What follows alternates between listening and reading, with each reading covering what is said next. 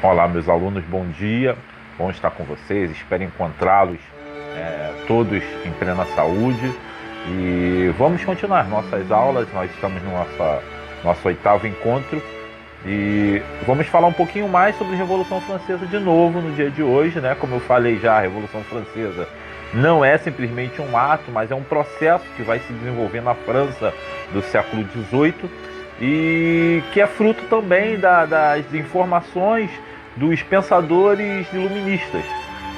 O resultado vai dar em uma modificação radical na França, saindo do regime autoritário, do antigo regime dos monarcas absolutistas, para adentrar uma república, mas isso não acontece de uma hora para outra, é todo um processo e nós estamos na segunda parte desse processo. Por isso, nós vamos nos utilizar de dois pontos nessa aula. O primeiro ponto será uma revisão. O segundo ponto nós vamos falar sobre a Era Napoleônica, tá bom? Preste atenção porque é de muita importância as informações desse período. E ao fundo, se você perceber, vai estar tocando uma sinfonia de Beethoven, a nona sinfonia, a parte específica que é Ode de Alegria, é uma poesia muito bonita que Beethoven se utiliza de Stirling da época.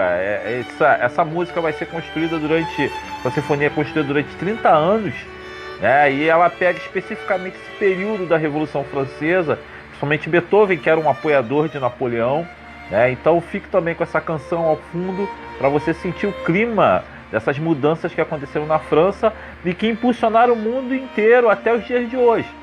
Se temos uma república, se hoje vivemos em uma república e discutimos sobre tudo isso, impulsionado pelas mudanças que aconteceram na França, tá bom? Aproveitem bastante esse vídeo, tá bom? Aproveite bastante esse vídeo e boa aula para vocês. Revolução Francesa.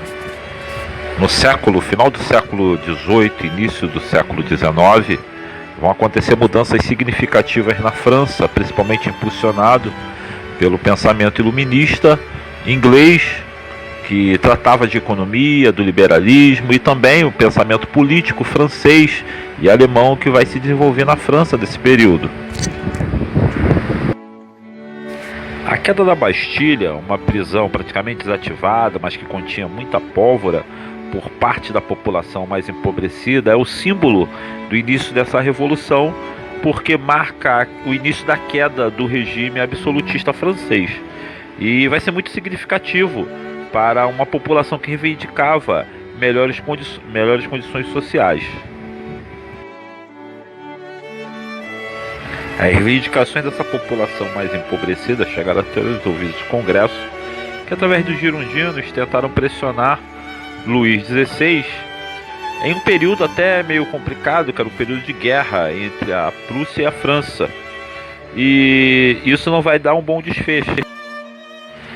Com a expulsão desses ministros girondinos do governo, acaba pela população ficar mais ainda revoltosa e depor o rei Luís XVI, acusando-o de ter abandonado o seu povo, ou de ter abandonado as reivindicações sociais do seu povo, o que vai dar início às grandes mudanças na França. Entretanto, essa deposição do rei e a sua levada à guilhotina não acontece sem muita luta. No episódio que vai ser conhecido como a Comuna de Paris, é o início da organização dos chamados sans-culottes. É a população mais pobre que vai se organizar e, junto com algumas tropas militares, vão exercer força sobre o regime autoritário e assim depõem o rei Luís XVI. Com a queda do rei, o Congresso fica dividido entre direita e esquerda, contendo ainda uma ala mais moderadora ao centro, mas que na realidade disputavam pelos seus próprios poderes. E quem vai subir ao poder é a esquerda mais radical. A ala mais radical dos jacobinos começam a trabalhar as mudanças necessárias na política. Com os jacobinos no poder, algumas mudanças sociais começam a acontecer. Uma delas é o início da Declaração dos Direitos dos Homens, reforma agrária, o fim da escravidão nas colônias. Ou seja, os jacobinos começam a fazer as mudanças sociais necessárias. Entretanto, sobre a força e a violência que era o ato desse partido político. Com a radicalização das ações dos jacobinos e a violência, a população acabou por deixar esse partido político de lado. As suas lideranças também foram depostas e foram guilhotinadas, abrindo espaço agora para uma nova forma de governo, que trabalhavam 3 cônsules, e um dos principais cônsules era Napoleão Bonaparte. Entramos agora na era napoleônica. A França começa agora no início do século XIX a desenvolver esse modelo de 3 cônsules, e Napoleão Bonaparte é o grande nome entre esses 3 cônsules.